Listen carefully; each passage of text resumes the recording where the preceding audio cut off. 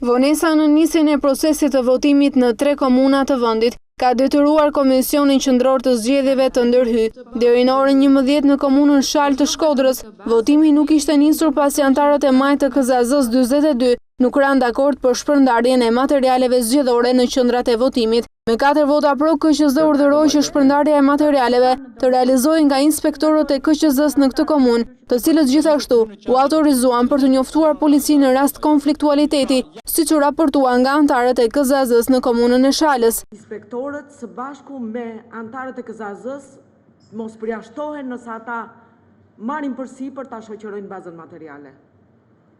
Nëse aty janë përfaqësues të PD-s apo të PS-s dhe duan ta bëjnë detyrën, ne nuk kemi pse I përjashtojmë. Inspektorët po donin ta bënin detyrën e kishin bërë. Deri tani tregon që s'duan ta bëjnë detyrën. Ne nuk mund t'i përjashtojmë.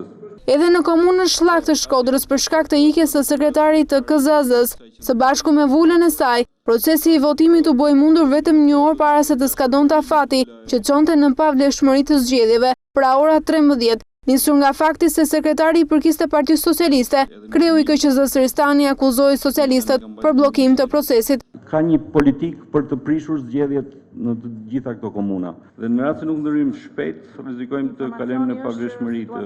Është kryer sekretari, ne na ftojnë që është kryer dhe pengesja mbar shumicën e kanë Partia Demokratike në atë qendër votimi. Dhe nuk pakica nuk mundet të pengoj shumicën. Dhe nuk mund ta Jo, nuk është e vërtet fare. KQZ vendosi edhe për zëvendësimin e vulës së kryetarit të KZAZ-s së komunës Finish në Delvin me një vulë tjetër rezervë për shkak të dëmtimit të saj.